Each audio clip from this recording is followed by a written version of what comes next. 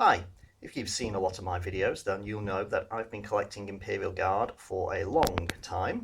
I started out under 2nd edition when the box set of the Praetorian 24th was released, but the Imperial Guard have existed way before that. In fact, what we would now call Imperial Guard figures were amongst the very first releases for Warhammer 40,000, under the names such as Ground Combat Trooper and Imperial Garrison Trooper. They then became the Imperial Army in Rogue Trader initially, before they were rebranded as the Imperial Guard, and an army list under this name appeared in White Dwarf 109, which happened to be the first White Dwarf I ever got, and was later reprinted in the Warhammer 40,000 Compendium.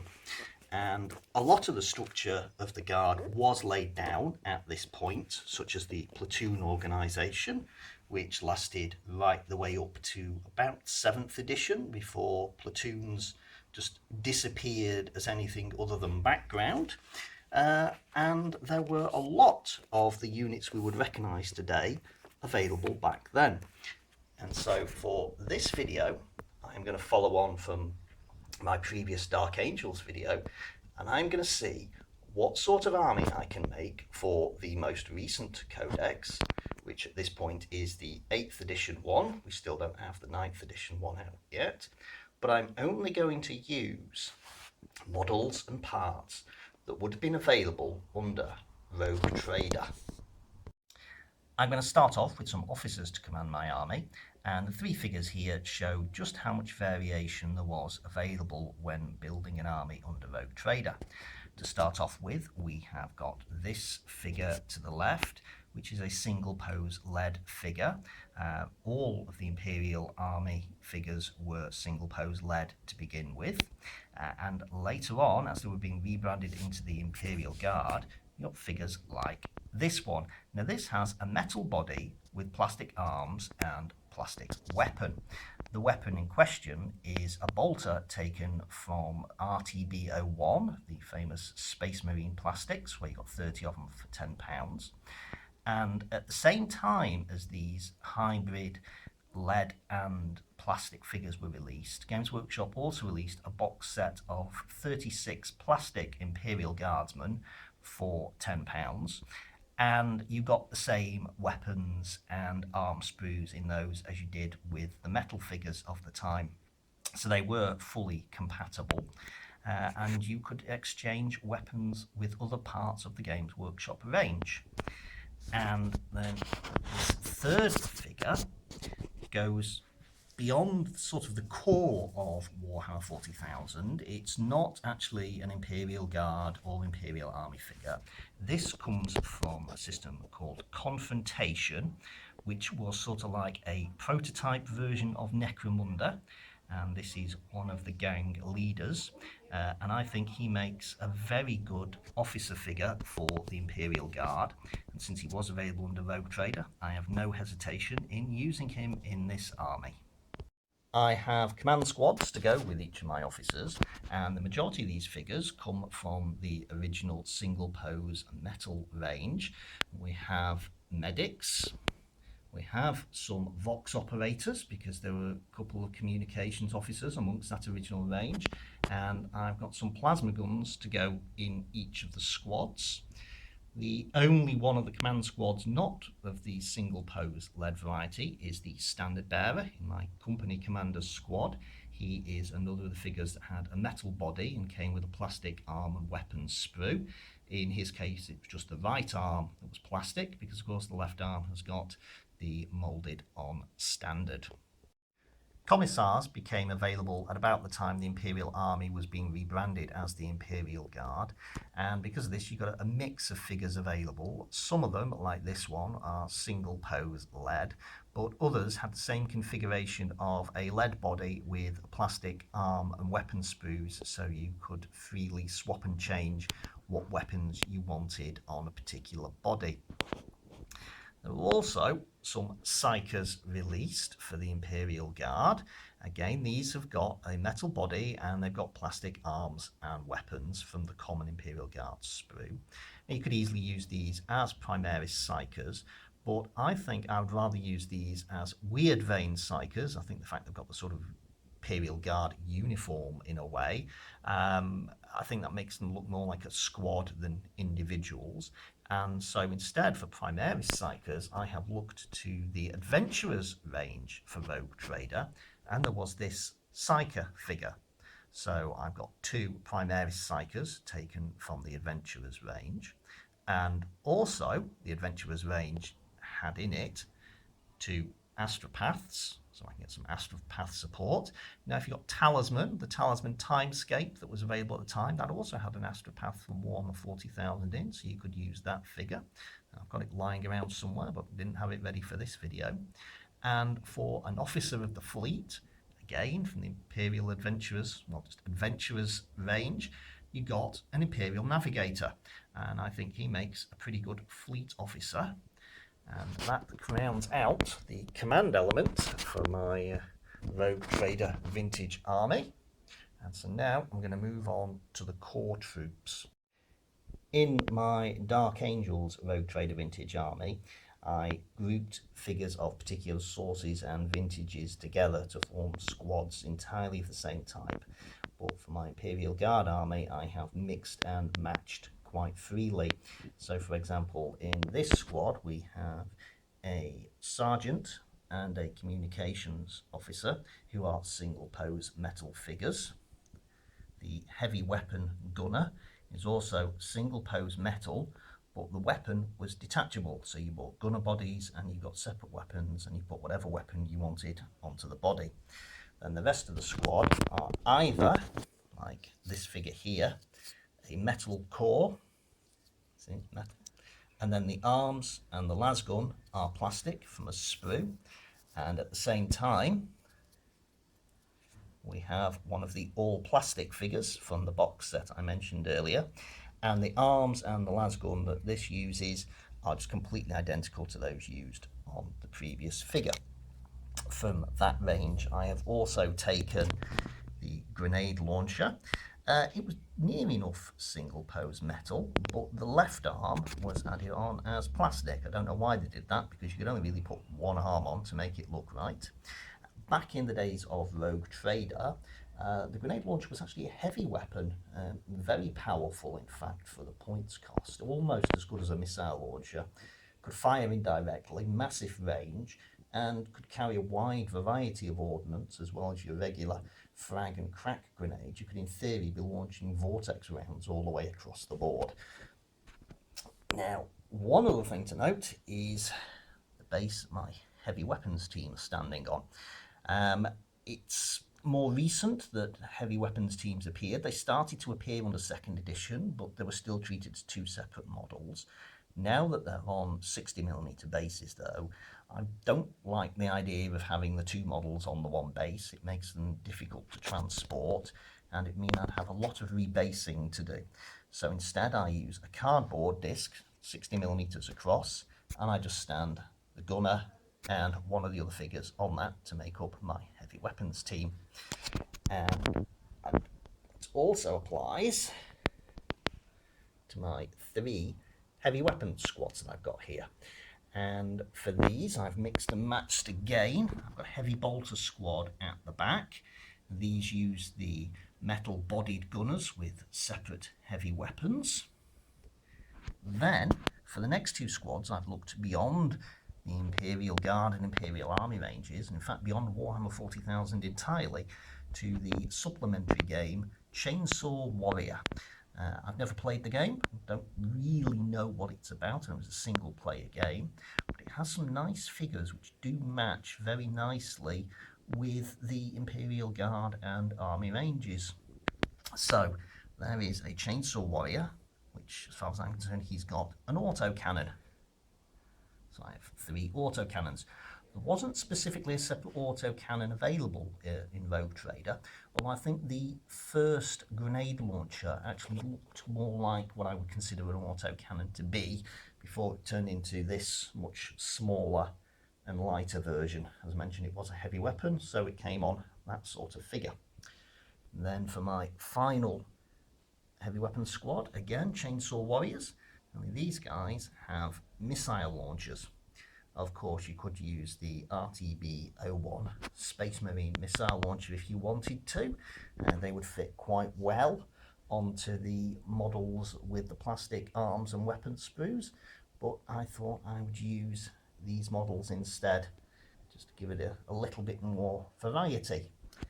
Speaking of variety though, with the numbers of single posed figures, you can see you really did get a lot of different poses, and also if I just look through hard enough, I should be able to find what I'm looking for. Yes, here we go. There are actually some female guardsmen available. A couple of the female guardsmen actually look better painted up as Catachans, but this one, and I think I have another one over here somewhere.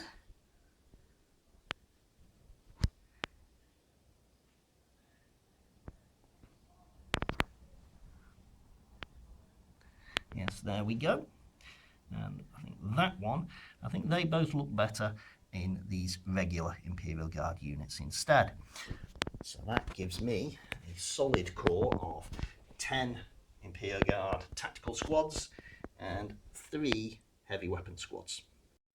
As well as the core infantry units, I also have this veteran squad, and most of these are this single pose lead figure, which is one of the first releases for Warhammer 40,000. It's a mercenary figure, although the sergeant is from the Imperial Army range. I needed somebody who looked sort of grizzled veteran, and he's fit the role, and I was umming and ahhing as to whether to use him as an officer, but I already had enough officers, so veteran sergeant he became. Now, of course, as single pose figures means they've all got the same gun, but I had converted 3 of them using plasma guns taken from the Orc range at the time, and it's quite conceivable it could have converted these figures to carry plasma guns, because plasma guns were carried by Imperial Guard assault squads during Rogue Trader. So as far as I'm concerned, this is a valid conversion for the time, and I could have just pulled these out of a box that was 30 years old. And that now rounds out a veteran squad. Now, as well as veterans, of course, the stormtroopers. I know stormtroopers are technically troops choices now. I don't see why veterans are elites and stormtroopers are troops, but here we go. I have got this little 5-man squad of what were called jump troopers. And at the time, they were supposed to be the most elite of the Imperial Army. They didn't actually appear in any of the Imperial Army lists, though. Back in the Book of the Astronomicon, there was an advert for the figures, but no mention of them in the rules at the time. But I think these guys look quite nice as stormtroopers. And of course, we also have abhumans. Abhumans have been in the Imperial Guard Army list since the start. And we have got, to begin with, a squad of rattling snipers. Not much to tell about these. These have always been single piece figures right up to today, and they were single piece figures back then. So we get a little range of poses, but apart from that, nothing much to tell. And so that is going to bring me on to the other abhumans that are common in the Imperial Guard. Ogrins. Now, Ogrins may have always been in the Imperial Guard army lists, but they have changed somewhat. Because back in the days of Rogue Trader, Ogrins were so stupid they couldn't actually use firearms, most of them. They had to be a major hero in order for their intelligence to get up high enough. So technically, all 3 of these figures are boneheads. They're all squad leaders. But nowadays, every Ogrin can fire a Ripper gun, so these are collected together to form a single squad. If you'd had full squads of Ogrins from Rogue Trader days, the other figures would actually have probably been ogres from the fantasy range, because they literally did just go into battle waving clubs around.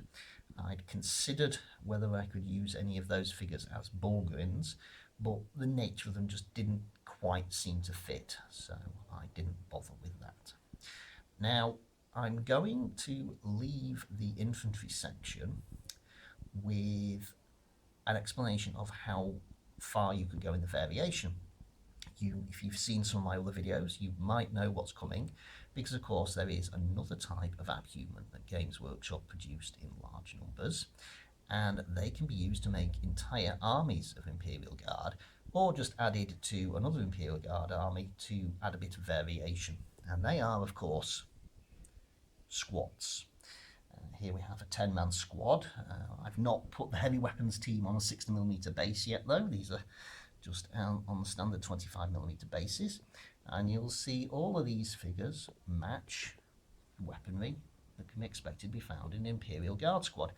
And in fact, the variation you got in squads was better than it was in the Imperial Army. You got basic people with las guns, and you got heavy weapons, and you got officers. But when it came to special weapons, the squads had far more choices.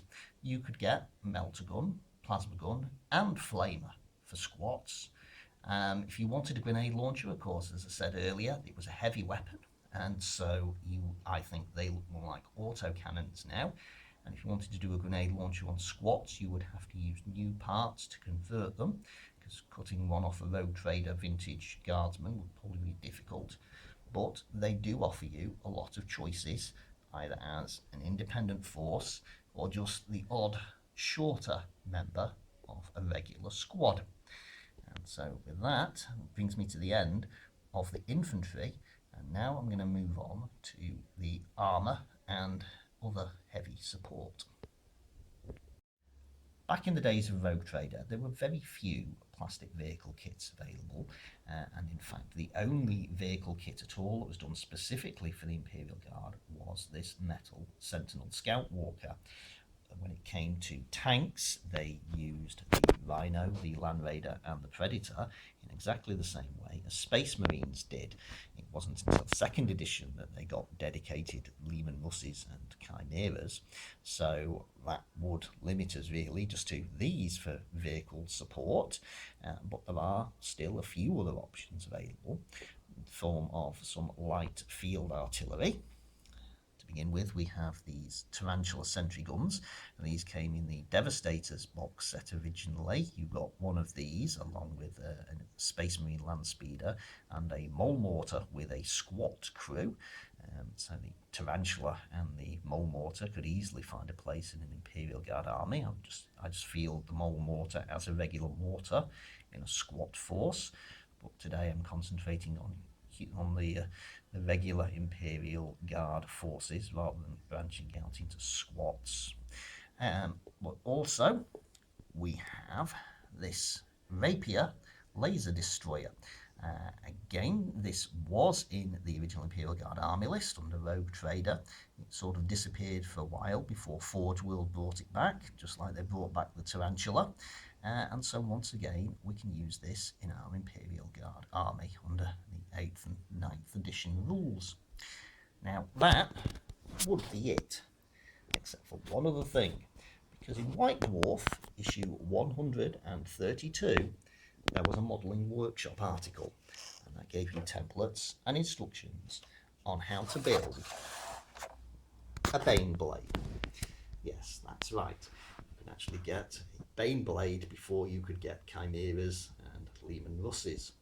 There were rules released for this to be used under Rogue Trader. It used parts from Games Workshop kits, specifically the Predator. You needed a lot of parts from, with sponson las cannons going onto the turrets here. This would have been part of the hull. I actually scratch built that out of plastic. You can see one of the hull plates there. This would have been the front plate that had an eagle mounted on the Predator, and of course there is the dozer blade. And so that, I think, makes a very nice centerpiece to a Rogue Trader vintage army. It's still entirely usable under the current rules. And I'm going to end this video with a shot of my Imperial Guard Rogue Trader vintage army in all its glory, all perfectly usable under the current Imperial Guard rules, and hopefully shall remain so when the actual 9th edition codex is released. I really do think it's interesting that I can take these figures, many of which are more than 30 years old, and they're still fully usable on the battlefield today. In fact, if I turned up at my local games workshop with these, they'd probably be older than most of my opponents would be, which perhaps shows just how old I'm getting. But with that thought, I will leave you for today. I will probably be back with a Rogue Trader Orc army soon. Until then, thanks for watching. Bye.